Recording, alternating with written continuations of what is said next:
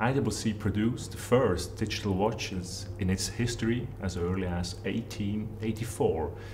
These watches, known as Pallweber, indicated the hours and minutes by using discs, and the seconds were indicated in analog form by hand.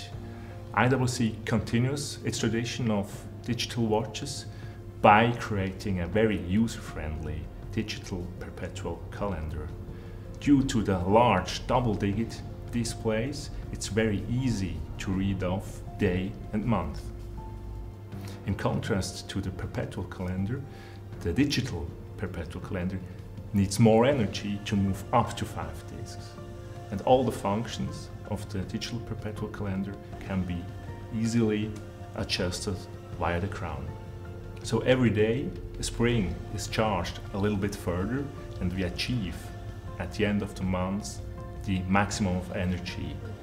This is the energy we need to switch the month, and at the end of the year also the leap year display. As a watchmaker, we are always striving for new complications and to develop new technologies. Therefore, the digital perpetual calendar was created.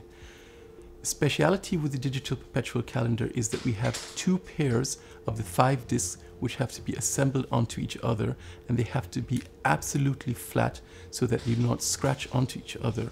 The perpetual digital calendar shows you the date and the month, and also the year in form of 1, 2, 3 on the disc with an L to show you the leap years. And just like the analog perpetual calendar, it can be adjusted over the crown. The digital perpetual calendar is the natural evolution of the analog perpetual calendar. Therefore, this shows that IWC is constantly striving for new innovations in the world of haute horlogerie.